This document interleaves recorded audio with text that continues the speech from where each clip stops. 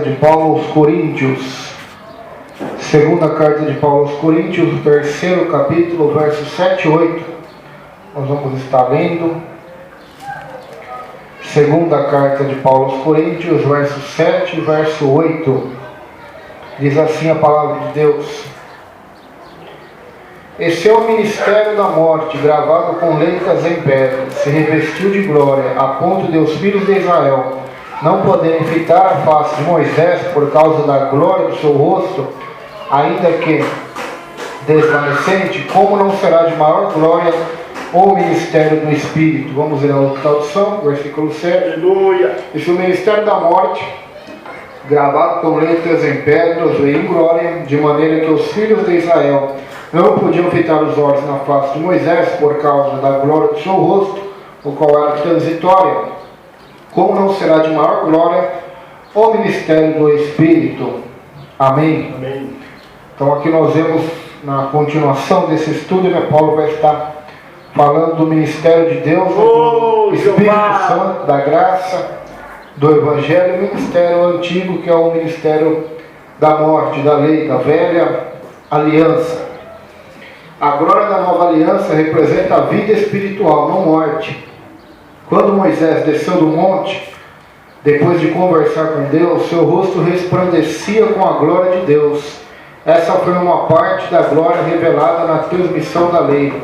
E certamente tal manifestação impressionou o povo. Em seguida, Paulo argumenta do menor para o maior. Se houve glória na transmissão da lei que trazia morte, quanto não deve haver em um ministério que traz vida? Legalistas como os judaizantes gostam de engrandecer a glória da lei e de minimizar suas limitações.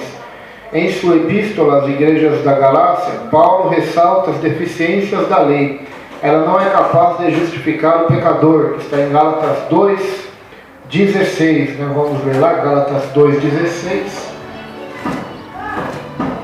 Gálatas 2:16 diz assim: Sabendo, contudo, que o homem não é justificado por obras da lei, e sim mediante a fé em Cristo Jesus. Também temos crido em Cristo Jesus, para que fôssemos justificados pela fé em Cristo e não por obras da lei. Pois por obras da lei ninguém será justificado. Então, pelas obras da lei, pela lei, ninguém será justificado. Porque o ministério da lei, ele é um ministério de morte. Por quê? Porque a lei condena o pecado, mas não nos livra do pecado. Enquanto Cristo e a sua graça condena o pecado, mas Ele tomou o nosso pecado sobre si para nos trazer perdão, libertação e salvação. Então, essa é a grande diferença. Dar não tem poder de conceber o Espírito Santo, a lei não tem esse poder. Versículo 2, Gálatas 3, terceiro capítulo, verso 2. Quero apenas saber isso de vós: recebestes o Espírito pelas obras da lei ou pela pregação da fé? Então, Paulo está dizendo à igreja de Galácia, para complementar somente de Coríntios, vocês receberam o Espírito Santo pela obra da lei ou foi pela fé? Foi pela graça. Então, essa é a diferença, de dar uma herança. Então, a lei não pode dar uma herança, mas a graça sim. Verso 21 de Gálatas 3 também diz assim, É porventura a lei contar as promessas de Deus? De modo nenhum, porque se fosse promulgada uma lei que pudesse dar vida, a justiça na verdade seria procedente da lei. Então, a lei não pode dar vida, não pode trazer vida, mas sim ela traz a morte, porque ela condena o pecado. O que traz a vida é Jesus. A Bíblia diz que Ele veio para nos dar vida e vida com abundância. O verso 18 agora fala de herança. Porque se a herança provém da lei, já não decorre de promessa, mas foi pela promessa que Deus a concedeu gratuitamente a Abraão. Então, a graça, a promessa, a herança vem pela graça, vem pela fé da promessa de Deus, e não pela observância da lei. Verso de 8 ao 10, agora, Gálatas 4, verso 8 ao 10, a lei não pode dar liberdade, 8 ao 10, diz assim: Outrora, porém, não conhecendo a Deus, serveis a deuses que por natureza não são. Mas agora que conheceis a Deus, ou antes, sendo conhecidos por Deus, como estáis voltando outra hora outra vez aos rudimentos fracos e pobres, aos quais de novo quereis ainda escravizar-vos. Guardai dias e meses, tempos e anos, receio de vós que tenho trabalhado em vão para convosco. Então eles tinham sido libertados do pecado na igreja de Galácia, e agora está querendo voltar a guardar preceito da lei, meses, dias, tempos, né, festividades. E Paulo está dizendo: eu trabalhei em vão convosco, será? Por quê? Porque não dá liberdade desta lei, somente ela prende o homem, ela escraviza. A glória da lei é, na verdade, a glória de um ministério de morte. Então, esse versículo 7 e 8 aqui, Paulo está dizendo em Coríntios, né, sobre a glória da lei. Se esse ministério, que é o da velha aliança, do Velho Testamento, gravado em letras em pedra, se revestiu de glória, quanto mais o ministério do Espírito, né, Paulo faz essa informação para nós, né? Como não será de maior glória o ministério do Espírito, né? Se naquela época Moisés recebeu a lei, foi escrito pelos deuses de Deus, os mandamentos, desceu do monte, começou a pregar a lei, a ensinar a lei para o povo, o rosto dele brilhava, diz a Bíblia. Então, se essa glória foi do ministério antigo, né? Quanto mais do novo ministério, que é o ministério do Espírito, é o ministério da graça de Deus. A glória é muito maior. Verso 9 e 10 agora. Porque se o ministério da condenação foi glória, em muito maior proporção será glorioso o ministério da justiça. Porquanto, na verdade, que outrora foi glorificado neste respeito, já não resplandece diante da atual sobreexcelente glória. Na outra tradução, vamos lá, versículo 9 e 10. Porque se o ministério da condenação foi glorioso, muito mais excederá em glória o ministério da justiça. Pois também o que foi glorificado nessa parte não foi glorificado por causa desta excelente glória. Então a glória da nova aliança representa justificação e não condenação. A lei não foi dada com o propósito de salvar, pois a obediência à lei não pode dar salvação. A lei produz condenação, servindo de espelho que revela a verdadeira aparência de nosso rosto imundo. No entanto, não podemos usar o espelho para lavar o rosto. O ministério da nova aliança produz justificação e transforma vidas para a glória de Deus. A maior necessidade do homem é ser justificado pela fé em Jesus Cristo, pois se a justiça é mediante a lei, segue-se que morreu Cristo em vão. Gálatas 2:21. A pessoa que tenta viver debaixo da lei acaba sofrendo cada vez mais com a culpa, o que pode gerar um sentimento de desespero e de rejeição. É quando cremos em Cristo e vivemos pela graça de Deus que experimentamos aceitação e alegria. Em 2 Coríntios 3:10, Paulo afirma que a lei perdeu sua glória diante da glória insuperável do ministério da graça de Deus. Não há comparação. Infelizmente, algumas pessoas não conseguem se sentir espirituais a menos que carreguem consigo um peso de culpa. A lei produz culpa e condenação, pois é como um escrito de dívida, Colossenses 2:14. Um tutor que nos disciplina, Gálatas 4, do 1 ao 5. É um jugo pesado demais de suportar, Gálatas 5:1 e Atos 15:10. Então, a lei traz este jugo, esta condenação, essa dívida, né? Ela mostra para nós que a nossa dívida para com Deus ela é infinita, ela é grande. Mas Cristo cravou, né? Vamos lá em Colossenses 2:14. Olha o que diz a palavra de Deus.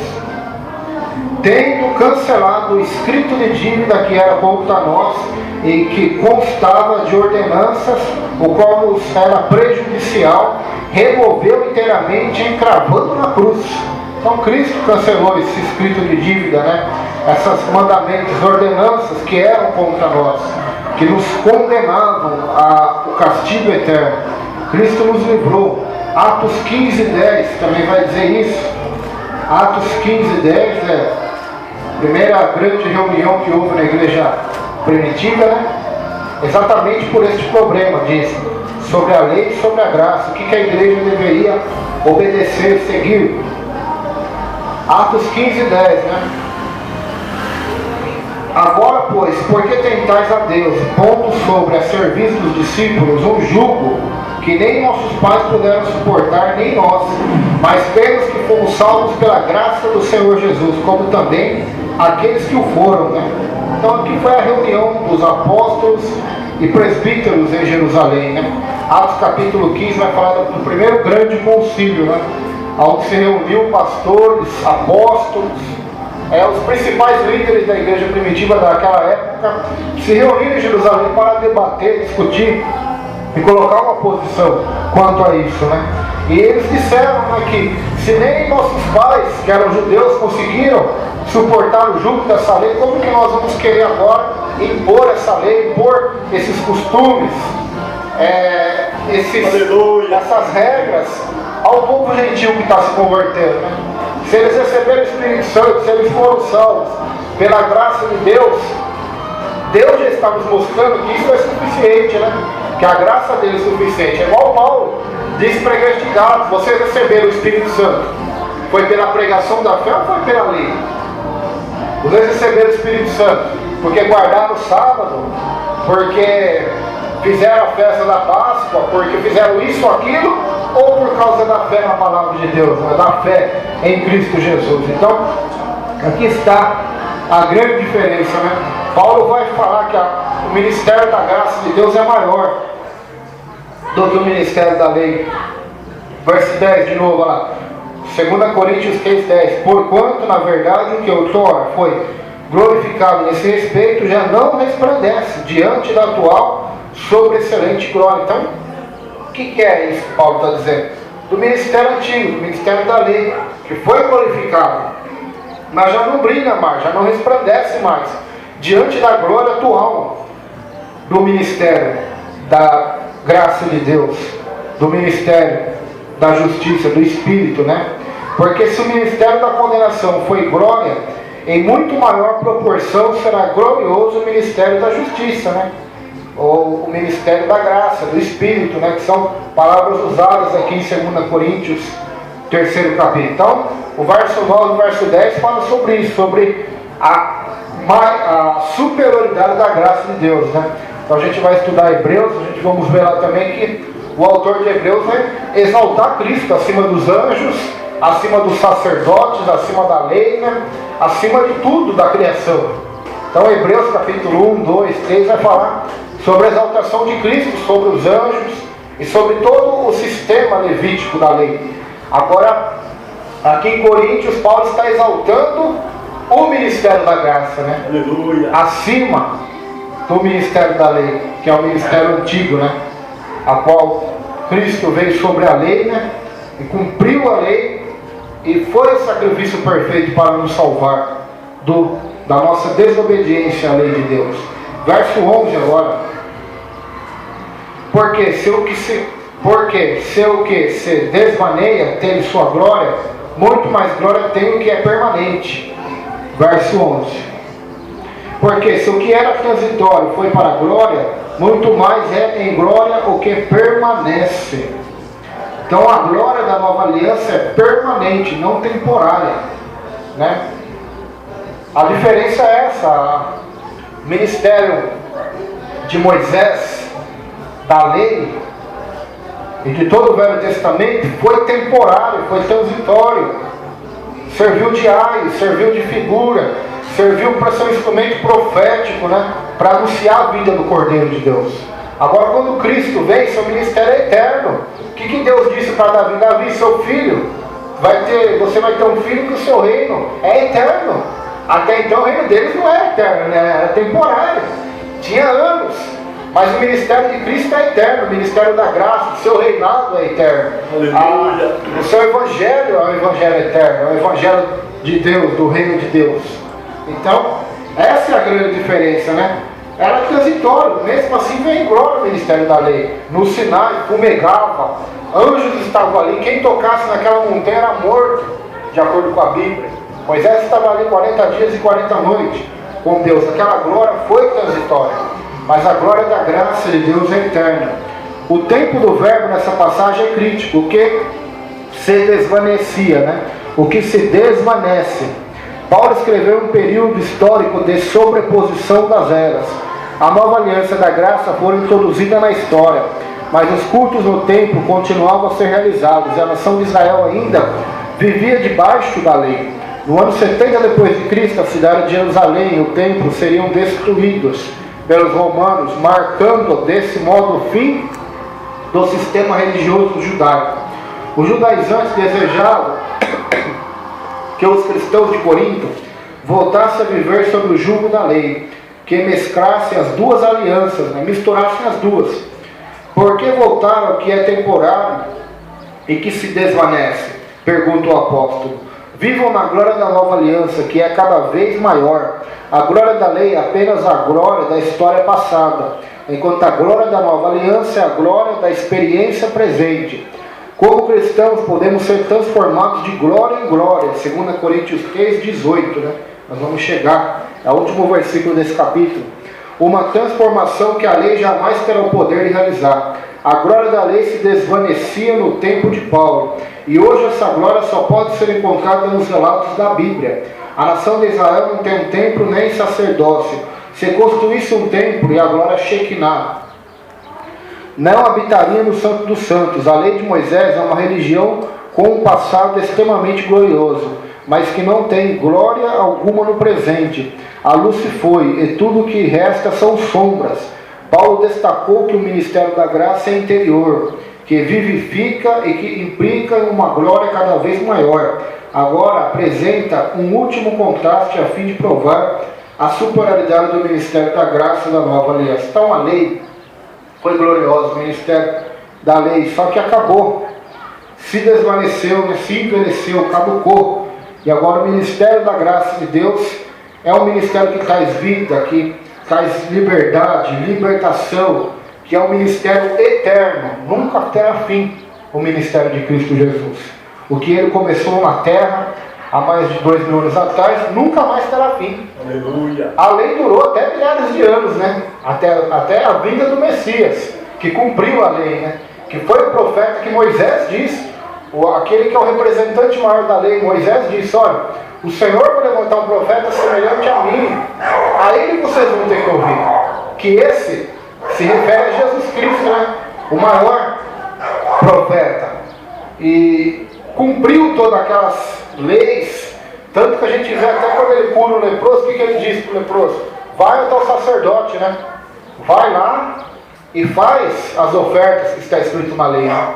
O sacerdote vê se realmente a lepra saiu. Agora, se o leproso for curado hoje, não precisa fazer isso.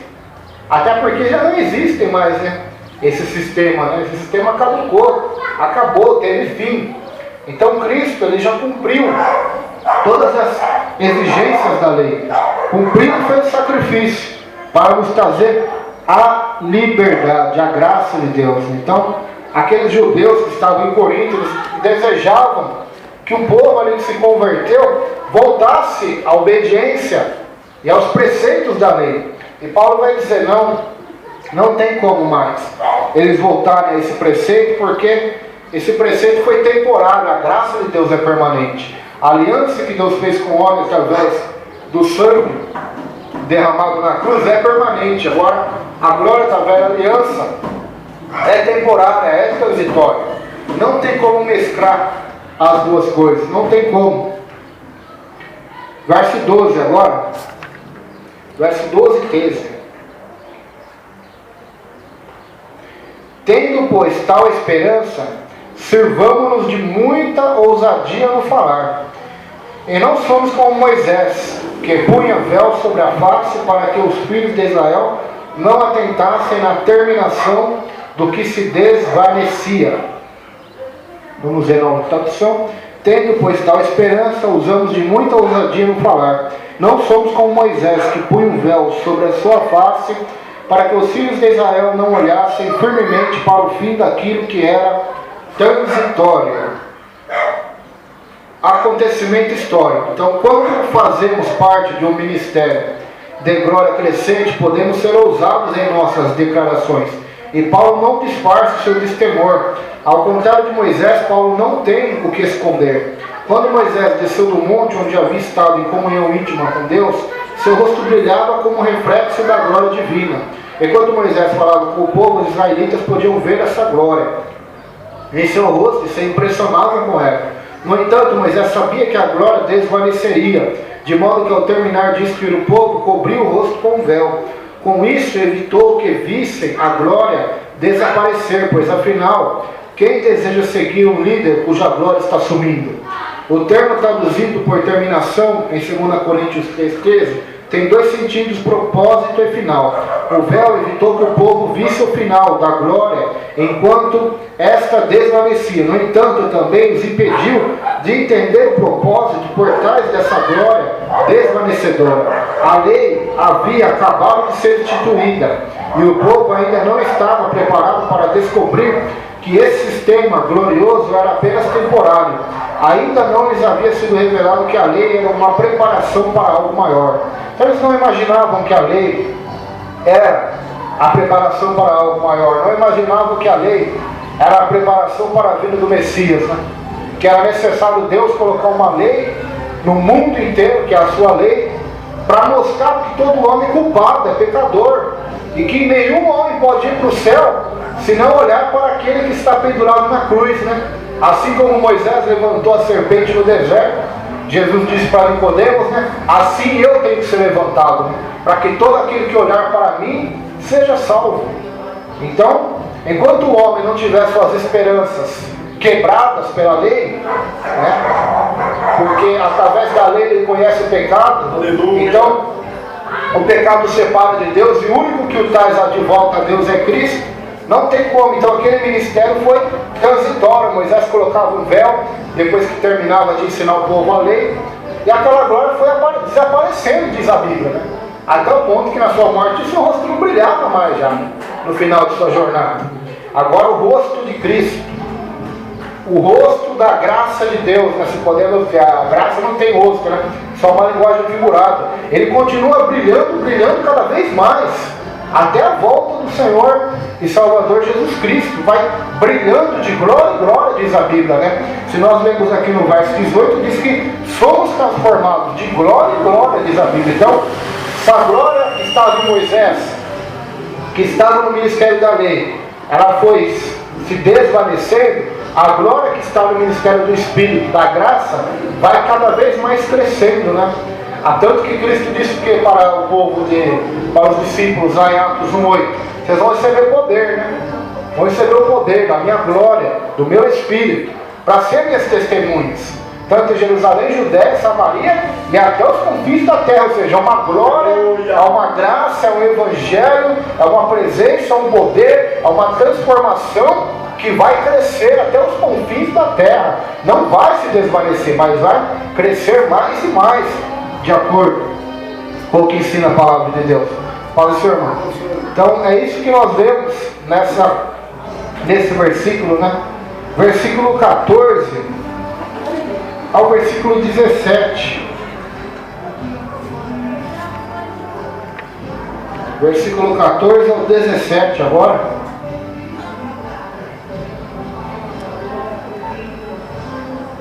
Diz assim: mas os sentidos deles se embotaram, pois até o dia de hoje, quando faz a leitura da antiga aliança, o mesmo véu permanece, não lhe sendo revelado que em Cristo é removido. Mas até hoje, quando é lido Moisés, o véu está posto sobre o coração deles. Quando, porém, algum deles se converte ao Senhor, o véu lhes é retirado. Ora, o Senhor é Espírito, e onde está o Espírito do Senhor, aí há liberdade. Na outra opção, no versículo 14 agora: mas os seus sentidos foram endurecidos, porque até hoje o mesmo véu está por levantar na lição do Velho Testamento, o qual foi por Cristo abolido. E até hoje, quando é lido Moisés, o véu está posto sobre o coração deles. Mas quando se converter ao Senhor, então o véu se tirará. Ora, o Senhor é Espírito, E onde está o Espírito do Senhor, aí há a liberdade. Então aqui nós vemos a aplicação da graça, do Evangelho, né, sobre o povo de Israel. Então, aqueles que continuarem insistindo, né, que devem praticar os preceitos da lei para ser salvos, para ir para o céu. Por exemplo, se não guardar o sábado, não vou para o céu, como ensinam os sabatistas, os adventistas, né? E vários outros preceitos aí que são ensinados. A pessoa continua na velha aliança, naquilo que Cristo não nos deu ordem, não nos ensinou, né? Aonde Cristo deixou escrito que quem não guardar o sábado não irá para o céu? Aonde está escrito isso? Na graça de Deus, nos evangelhos. Aonde está escrito que o Salvador deu ordem para Pedro, Tiago e João? Vocês devem guardar o sábado. Vocês não devem trabalhar no sábado.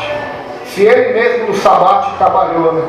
Curou, mandou paralíticos carregarem a cama, seus discípulos colheram, se não me falha a memória, espigas, né, no dia do sábado, os fariseus se escandalizaram, né? Então, nós temos que obedecer o Salvador, temos que obedecer nosso Senhor Jesus Cristo, né? Os judeus então queriam obrigar o povo, né? Aí Paulo vai dizer que eles estão cegos, porque até o dia de hoje, Paulo está dizendo na época dele, até o dia de hoje, quando eles fazem a leitura da lei, da antiga aliança, o mesmo véu permanece sobre eles, né? A cegueira permanece. Sabemos que em Cristo é removido, ou seja, é abolido, é extirpado, né? Cristo aboliu aquele sistema, mas eles insistem em ficar naquele sistema. Mesma coisa, você tem uma casa velha e uma casa nova. Na casa velha, você mora, é uma casa que está fadada a cair na sua cabeça e você morrer. E de repente te oferece uma casa nova, com segurança. Com segurança. E você prefere ficar na casa velha. Não quer ir para a casa nova. A casa velha foi você que construiu, com seu suor.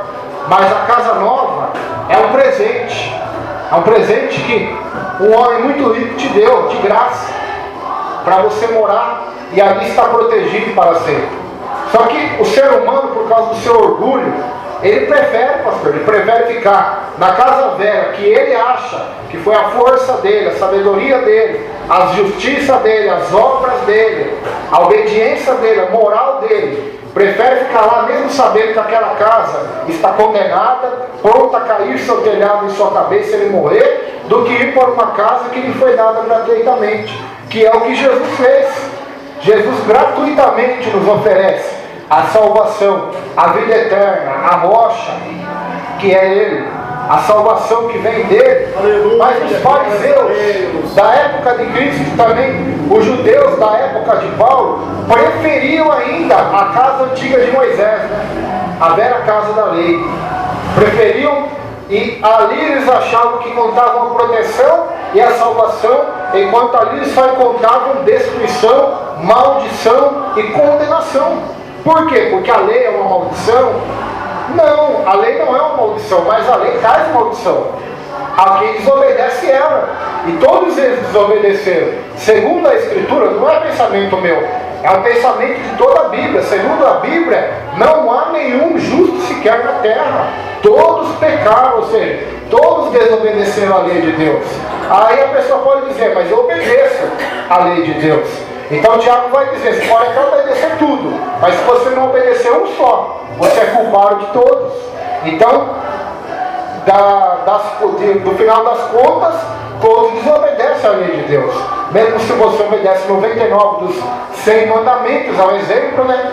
Se você desobedecer um desses 100, você é culpado de todos, segundo a Bíblia. Então, Paulo está dizendo que os judeus, né, queriam obrigar a igreja de Corinto, aqui no capítulo 3, a continuar, né, a dar continuidade ao velho ministério da lei.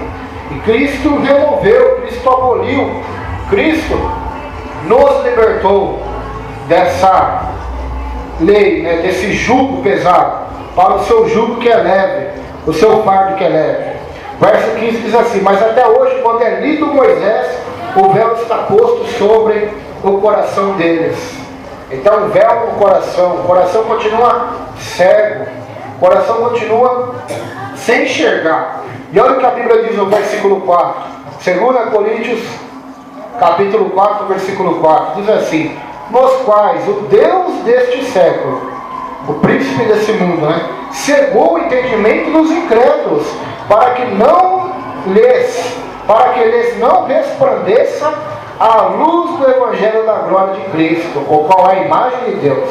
Então o coração do povo, Paulo está dizendo, o coração das pessoas, existe um véu que está tampando o coração deles, o entendimento deles, para que não vejam a luz do Evangelho, a glória do Evangelho de Cristo Jesus. Um véu está sobre eles, que foi posto pelo adversário, por Satanás. Então daí você vem da questão: por que tanto se prega e muita gente ouve e não se converte? Por que Cristo pregou na sua época e a maioria não ouviu? Paulo pregou e a maioria não ouviu. Noé e todos os demais pregadores da nossa geração, da geração anterior à nossa, que virá depois, continuará acontecendo a mesma coisa, porque o povo está cego, porque existe um véu no seu coração.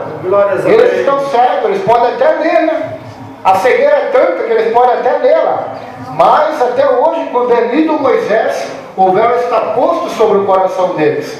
Então, irmãos, isso aqui é muito forte. Vocês estão lendo a Bíblia, porque Moisés, as escrituras na época de Paulo era o Velho Testamento. Então eles estavam lendo a Bíblia, lendo o Velho Testamento, lendo de Gênesis a Malaquias, estavam continuando cegos. Isso não acontece hoje.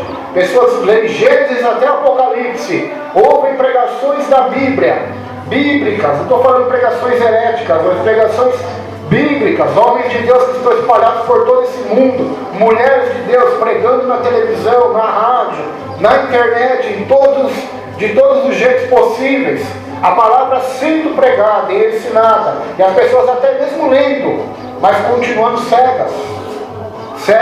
Por quê?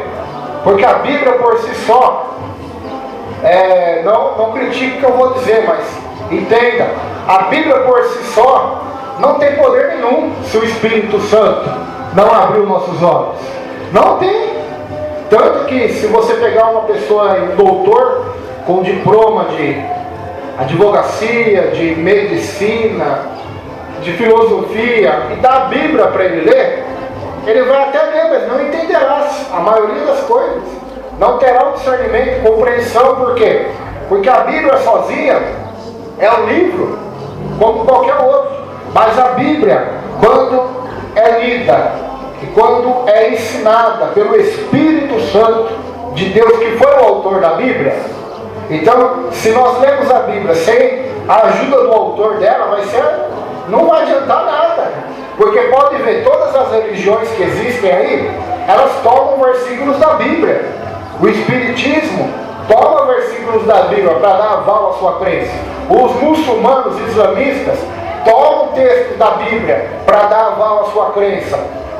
Todas as seitas fazem isso, eles citam a Bíblia, mas para sua própria condenação. Por quê?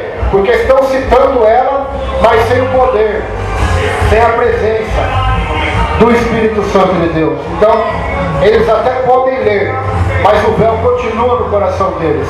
Assim como os judeus, que quando liam as Escrituras, liam a Bíblia, liam a palavra de Deus, mas continuavam na cegueira, continuavam cegos, quanto à verdade de Deus. Então, nós temos que ler a Bíblia, temos que estudar, temos que pedir também, principalmente, ao Espírito Santo que nos dê a graça, a sabedoria, o entendimento da palavra de Deus.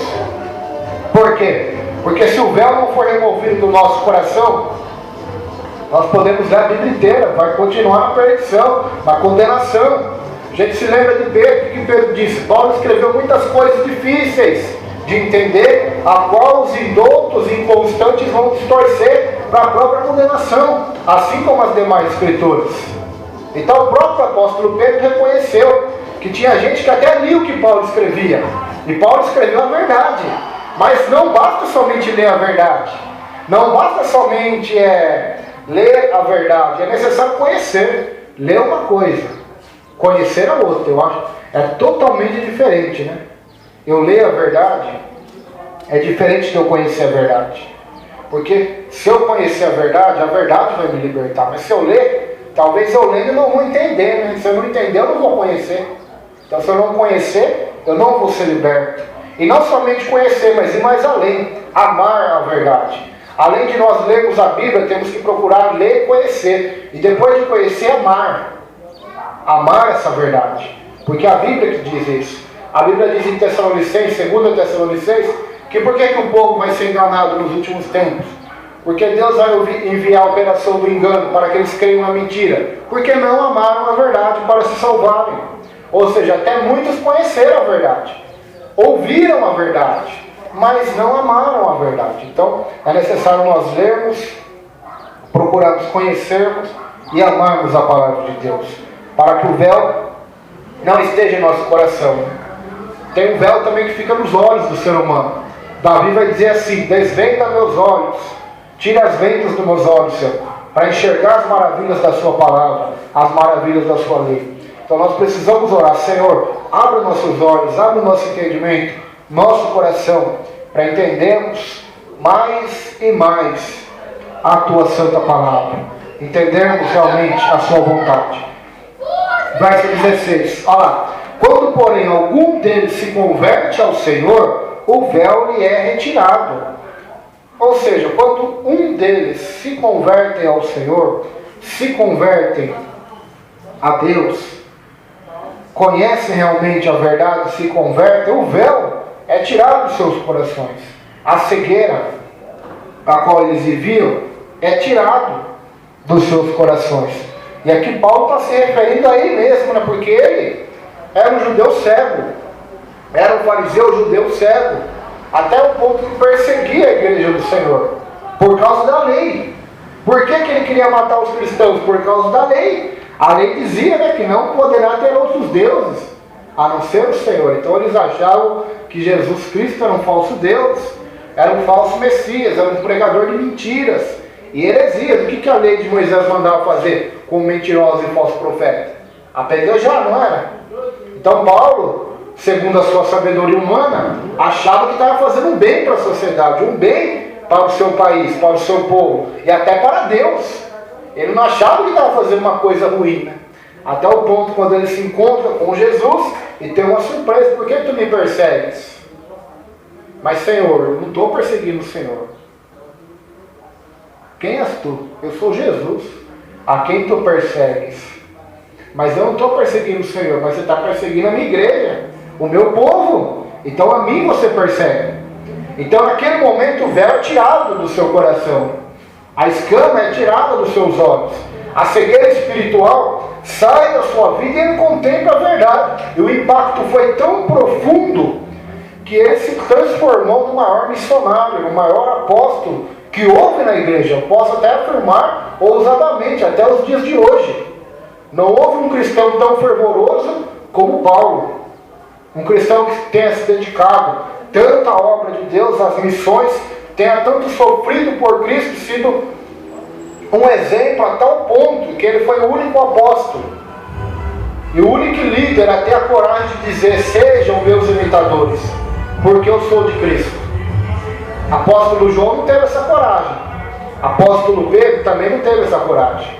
Tiago também não teve essa coragem. Judas também não teve. O evangelista Lucas também não teve essa coragem. Nenhum deles tiveram, né? João Marcos, escritor do Evangelho de Marcos, também não teve essa coragem. Apolo, João Batista, não tiveram essa coragem. Nenhum deles tiveram essa coragem. Paulo teve, porque ele se converteu. O véu foi retirado do seu coração, o véu. Então nas nossas orações, pela nossa família, por pessoas que precisam conhecer a verdade, temos que orar: Senhor, retira o véu do coração daquela pessoa. Aquela pessoa até ouviu a verdade já, até leu, como os judeus aqui, nós lemos no texto, eles leram Moisés, leram a palavra, mas estava continuando com o véu nos seus corações. Aleluia. Aí tem um texto que a gente leu aqui, 2 Coríntios 4:4, que diz que o príncipe desse mundo, ele cega o entendimento das pessoas. O que é o entendimento? É você entender realmente a palavra de Deus. Ele cega o entendimento para quê? Para que os incrédulos não vejam a luz do Evangelho, da glória de Cristo. Porque esse é o maior trunfo do inimigo, né? Quando ele consegue fazer isso, é impossível a pessoa ser salva. Porque se ela não conhecer o Evangelho da glória de Cristo, o Evangelho do Senhor, torna-se então impossível a salvação, impossível a vida eterna. Então esse é o trabalho principal do nosso adversário. Versículo do número 17. Ora, o Senhor é o Espírito. E onde está o Espírito do Senhor, aí há liberdade. Isso é maravilhoso, né? Verso 17. 2 Coríntios 3:17. Ora, o Senhor é Espírito. E onde está o Espírito do Senhor, aí há liberdade. Então a verdadeira liberdade, quem dá é Deus. Não é o mundo, não é o pecado, né? Então, a maioria das pessoas tem esse pensamento que o crente não tem liberdade, né?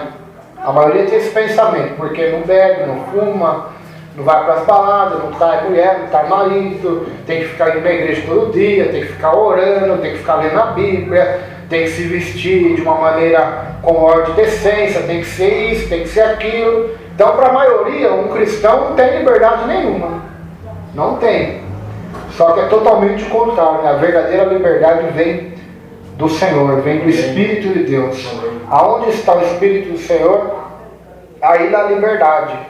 Ou seja, nós não somos escravos dos vícios, escravos de muitas e muitas coisas que nós vemos as pessoas serem escravizadas. Eu não preciso me embriagar para sentir alegria. Eu não preciso. Se nós um dia aqui, nós nunca marcamos, se nós um dia se reunir aqui para fazer um churrasco, eu comer na casa do pastor, da Irmã Maria, ou na minha casa, eu não vou precisar de bebida para me sentir alegre. Não vou precisar de um cigarro de maconha para me sentir prazer. Eu sinto alegria, prazer, simplesmente pela vida que Deus nos deu, pelo entendimento do Evangelho, da graça de Deus, porque a Bíblia diz a alegria do Senhor é a nossa força. Então nós vemos várias pessoas que precisam de vários subterfúgios para ter paz, para ter alegria, né? Só que não conseguem, por isso que aquele vício vai cada vez piorando mais, porque aquilo não traz alegria, não mata a sede, né? Igual a fonte da água ali que a mulher samaritana tomava, né? Ela tomava, mas tinha que voltar a buscar, não tinha? Porque não matava a sede, mas Jesus disse, olha, se você beber de mim, da água que eu tenho para te dar, nunca mais você terá sede. Então aí vem a libertação, né?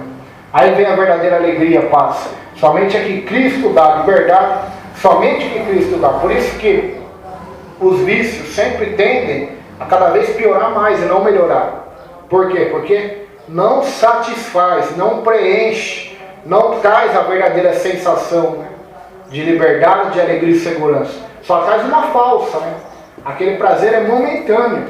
Tanto que a pessoa tem que voltar a usar, ou a fumar, ou a tomar, para sentir de novo aquela êxtase, né, que a droga, que a bebida pode trazer. Mas a verdadeira liberdade, a verdadeira alegria que o Espírito Santo concede ao homem, essa é infinita. Essa fonte é inesgotável. Ou seja, é algo que Deus fez em nós que não há mais o que fazer, né? Mata a sede realmente. Então o cristão, para sentir alegria, para sentir paz, não precisa encher a cara, não precisa fumar. Não é porque não pode, é porque não precisamos. Não nos é lícito mais. Não há vontade mais em nós dessas coisas. Não é que nós não queremos, é que nós não temos nem vontade. Amém. Deus nos libertou. Então isso é libertação. Quando Deus te livra, você não tem mais prazer nenhum nessas práticas. Não é porque o pastor disse, olha, se você não beber ou se você não fumar, você não vai tomar ceia, não vai pregar, ou não vai poder participar da igreja. Não, é porque nem se o pastor mandar eu ir beber, nem se o anjo Gabriel mandar eu ir lá, vai lá e fuma. Eu não vou, porque eu não tenho prazer, não tenho vontade dessas coisas. Então, isso é que o Evangelho faz. é o que a graça de Deus, é o que a verdadeira liberdade faz. Você pode estar nos piores lugares desse mundo e você não vai praticar o que eles praticam, não vai fazer o que eles fazem. Não porque você é melhor ou pior, mas porque você foi livre. Esse jugo foi quebrado. Esse espírito que domina as pessoas a fazer essas coisas, de você foi tirado pelo poder de Deus, pelo poder do Evangelho. Então esse é o verdadeiro poder do Evangelho. É a transformação de vida, é a transformação de caráter. Você não vai mais brigar ou pagar o mal com o mal. Por exemplo, uma pessoa é briguenta, né? Antes de se converter, é uma pessoa briguenta, sai na porrada mesmo com todo mundo. Agora ela se converte ao Senhor e ela é livre disso, ela tem liberdade agora. Ela já não é mais escrava desse sentimento. Ela pode até, a pessoa pode até xingar ela, ofender, até dar um tapa na sua cara, mas ela não vai ser violenta, não vai ser agressiva, não vai ser dominada pela ira, porque ela já tem liberdade. Já tem liberdade e tem libertação do Espírito Santo para vencer a sua natureza carnal, para vencer os seus sentimentos. Ela já não é mais a escrava dos seus sentimentos. Aonde está o Espírito do Senhor, aí está a liberdade, né? Então, se as pessoas realmente conhecessem a verdadeira liberdade que somente o Evangelho, somente a graça de Deus pode dar, realmente elas não seriam mais escravizadas pelos vícios, pelas drogas e por tantos tipos de mal que existe no mundo. Verso 18. Verso de número 18, para nós encerrarmos.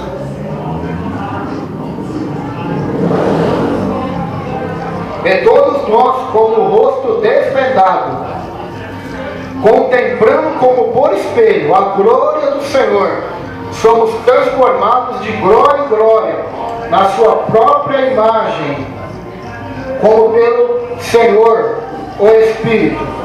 Na tradução, mas todos nós, com cara descoberta, refletindo como um espelho a glória do Senhor, somos transformados de glória em glória na mesma imagem, como pelo Espírito do Senhor. Então essa é a beleza, é a glória, é a santidade, é a graça, é a majestade e a maravilha do Evangelho do nosso Senhor e Salvador Jesus Cristo. Todos nós, Paulo está dizendo, todos nós cristãos, estamos com o rosto desvendado já. O véu foi tirado. Não temos nada mais para esconder ao mundo nem para Deus. Não precisamos se esconder atrás de uma moita, né? Por causa dos nossos pecados, como fez Adão. Porque nossos pecados foram removidos. Hoje nós temos liberdade para ter acesso a Deus através de Cristo. Temos liberdade, o véu foi rasgado, diz a Bíblia, quando Cristo morre. Então temos liberdade para ter acesso a Deus. Não precisamos de mediadores, não precisamos de intermediários humanos, nem santos, entre aspas, né, que estão mortos, canonizados por igrejas ou entidades religiosas.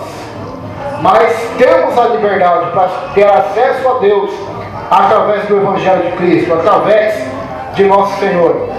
Então, com o rosto desvendado, nós contemplando como por espelho. O que é esse espelho que a Bíblia diz? Esse espelho que existia na época que foi escrita essa carta, não é um espelho como existe hoje, né? A gente olha para o espelho hoje, a imagem sai perfeita do nosso rosto, né? Como ele realmente é. Mas esse espelho que foi usado aqui como exemplo por Paulo, era um espelho de tipo de bronze, ou aquele que a pessoa olhava na água. A imagem saía distorcida, não saía perfeita ainda, né? Não saía uma imagem nítida totalmente, mas saía meio distorcida, meio temida, aquela, igual você já, não sei se você já viu, se olhou por aquele de lata, ou prata, ou bronze, você vê que não sai certa a imagem, sai meio distorcida. Então o que Paulo está querendo nos dizer aqui? Que nós ainda não somos perfeitos, não somos como haveremos de ser. Não estamos realmente como Deus quer que nós sejamos, né? A vontade de Deus é que nós sejamos iguais a Cristo, perfeitos, né? Perfeitos em santidade. Um dia a Bíblia diz que seremos glorificados, assim como Cristo foi, né? e estaremos para sempre com o Senhor e o veremos face a face, realmente como Ele é, e já somos conhecidos dele, mas então conheceremos, né? Então, nós não foi manifesto ainda que haveremos de ser, diz a Bíblia, mas nós estamos já nesse processo, diz a Bíblia, de transformação, como por espelho. A Bíblia diz, estamos sendo transformados de glória em glória pelo poder do Senhor, pelo poder do Espírito Santo. Estamos recebendo essa transformação. Então, não adianta a gente esperar a perfeição dos nossos irmãos nem a nós, porque não existe perfeição em nós, mas existe uma transformação, a qual Deus está fazendo em cada coração, em cada vida. Está trabalhando. É o olheiro que está trabalhando em mim, é o olheiro que está trabalhando em você. Eu não tenho esse poder de transformar a sua vida, nem você transformar a minha vida. Mas a Bíblia diz que Deus é o olheiro, e Ele está nos transformando, nosso caráter, nossa vontade, nossos pensamentos, nossas intenções, transformando toda a nossa vida, né? E cada um ele tem trabalhado de uma forma diferente, diferenciada, mas o resultado final vai ser o mesmo, vai ser a imagem e semelhança do Senhor. Estamos sendo transformados de glória em glória na sua própria imagem. Como que Deus criou Adão e Eva? A sua imagem e a sua semelhança, não foi? Essa é a vontade de Deus com o homem. E essa vontade de Deus, ela foi perdida no Éden, porque quando Adão e Eva pecam, essa imagem e semelhança do Senhor também é perdida. Os filhos de Adão e Eva não nascem mais conforme a imagem do Senhor, mas conforme a imagem de Adão. Está escrito lá, né? Conforme a imagem de Adão. O único que veio a imagem e semelhança do Senhor, o Criador de todas as coisas, foi Cristo, que é o seu Filho unigênito. Então qual é a função, qual é o trabalhar de Deus em nós hoje? É nos transformar a imagem e a semelhança de Deus, né? Tanto que o céu é comparado ao paraíso, né? O novo Éden de Deus. No céu haverá reunião novamente. Aleluia! Haverá uma semelhança, né? Embora muito maior, muito melhor, mas uma semelhança do Éden, né? Lá não haverá pecado, como não existia no Éden. Lá não haverá adversário, como não existia no Éden. Lá não haverá morte, como não existia no Éden. Lá haverá perfeição, como era Adão e Eva. Eram perfeitos, não tinham doença, eram imortais. Mas todas as imperfeições, doenças, imortalidade vieram por causa do pecado. Então essa glória que está dizendo aqui neste ministério da graça, do Evangelho, da nova aliança, então Deus vai restaurar essas coisas novamente. Vai restaurar, e nós um dia estaremos como sua própria imagem, como transformados pelo Senhor e pelo seu Santo Espírito. Então essa é a maior das glórias do Evangelho, né? A lei não poderia fazer isso, jamais, né? Mas o Evangelho do Senhor, a graça do Senhor, o ministério da graça do Senhor, inaugurado por Cristo, Ele vai nos transformar de glória em glória até a imagem do Senhor, até que tudo esteja realmente restaurado, esteja de acordo com a vontade original de Deus, né? A vontade de Deus era que Adão e Eva estivessem no paraíso até o dia de hoje, desfrutando da eternidade, na justiça, na santidade e na comunhão, né? A Bíblia diz que Deus falava face a face com Adão e Eva. Descia no Éden, na virada do dia ali, tinham conversas. E não eram conversas sobre a Bíblia, né? Sobre a santidade. Eram conversas diárias. Que nome você colocou naquele animal? Que nome você colocou naquela planta? Eram conversas de comunhão, de amizade, de intimidade. Tanto que o mais próximo que nós vimos disso foi Enoque. Enoque, a Bíblia diz que andou com Deus. É um termo muito forte, andou com Deus. Porque Enoque andou na pior geração que houve nessa terra. Que é a geração que diz a Bíblia que vai voltar a existir antes da vinda de Cristo, que é a geração de Noé. Enoque viveu nessa época, na geração de Noé. Então a Bíblia diz que ele andou com Deus. E Deus o levou embora, o arrebatou, o tomou para si. Então é isso que o Senhor Ele deseja de nós. Que nós andemos com o Senhor, sejamos amigos de Deus. Abraão foi chamado amigo de Deus, diz a Bíblia Sagrada. Então, nós precisamos desse relacionamento com o Senhor. Então o que Deus quer de nós não é que nós sejamos simplesmente pessoas que cantem bonito, ou preguem, ou que decorem versículos bíblicos, ou que façam belas orações, ou que tenha todos os estereótipos cristãos, né? Mas o que Deus quer de nós é simples, é amizade. É uma palavra pequena, mas é uma palavra verdadeira. Deus quer que nós sejamos seus amigos, né? Que sejamos amigos do Senhor. Não vou dizer nem que Ele quer ser meu amigo, né? Porque Ele quer, né? É nós que temos que querer, né? A resposta vem de nós, né? Sermos amigos dele. A Bíblia diz: não vos chamareis mais de servos, mas vos chamareis de amigos. Ele disse aos discípulos, né?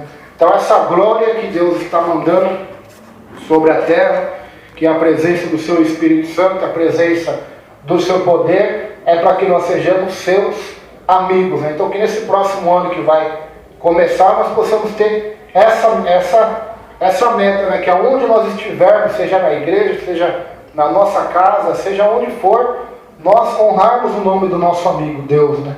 Honrarmos o nome de Cristo Jesus, glorificarmos o nome dele, seja na abundância, na escassez, na fartura ou na necessidade, possamos glorificar o nome santo do Senhor. E o Espírito Santo, nesse ano de 2015, vai fazer o que ele tem feito já em toda a nossa vida, né? Vai nos transformar de glória em glória, até sermos a imagem do Senhor. E quando Deus achar que nós estamos prontos, Ele nos leva para Ele. Ele nos leva. Então é dessa forma que o Senhor faz, né? Ele vai transformando, assim como um olheiro, né? A Bíblia compara Deus também como um olheiro. E quem que faz o vaso? É o vaso ou é o olheiro? É o olheiro que trabalha no vaso.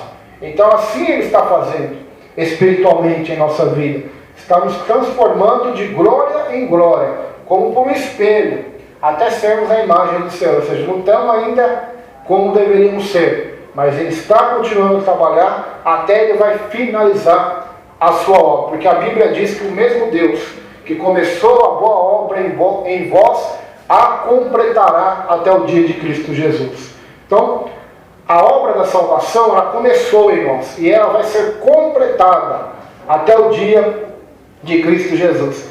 Por isso que eu digo para os irmãos que esse negócio de vir na frente, aceitar Jesus, depois vai embora, nunca mais volta, isso não é evangelho. Porque isso é o começo só. Isso deveria ser o começo, né? Eu aceitei a Cristo, fui convencido pelo Espírito Santo, é o começo. Vai haver até o término desta obra. Agora, se a pessoa aceita Jesus, não há mudança, não houve arrependimento, não se arrependeu dos pecados, não deu continuidade, né? Não houve temor de Deus no coração dela, não foi o Espírito Santo que fez aquela obra, foi a convicção dela mesma, né? Foi a consciência dela, talvez, que pesou, ou por causa do sofrimento que ela está passando, ou porque o pastor prometeu, né? Se vir aqui aceitar Jesus, você vai para o céu. Assim é fácil, né? Eu venho aqui, aceito Jesus, vou para o céu e continuo no pecado. Que tipo de evangelho é esse? Não era esse evangelho que Paulo pregava, nem que os apóstolos, nem o próprio Jesus, né? Nós não vemos Jesus chegando em Cafarnaum dizendo: olha, quem me aceitar aqui hoje vai ser salvo, não. Ele dizia assim: arrependei-vos e creiam no evangelho. Então, se você estudar a palavra arrependimento, significa mudem de atitude, mudem de comportamento, abandonem o que é errado, o que desagrada a Deus, o pecado, e se convertam a Deus. Isso é arrependimento. Então, para que haja salvação, deve haver esse trabalhar do Espírito Santo. Agora, se o Espírito Santo não está transformando a pessoa que acha que é salva, né, de glória em glória, essa pessoa nunca foi salva. Ela pode ter até aceitado Jesus na igreja, mas nunca foi salva. Porque se realmente se aceitasse a Jesus realmente, com certeza o Deus que começou a obra, né, vai terminar. E como que Ele faz essa obra? Santificando a pessoa, convertendo ela, que ela vai crescendo na graça e no conhecimento de Jesus. Amém? Vamos colocar de pé. Agradecer a Deus, né, por mais um ano que Ele nos concedeu. Amanhã, se Deus quiser, nós vamos estar virando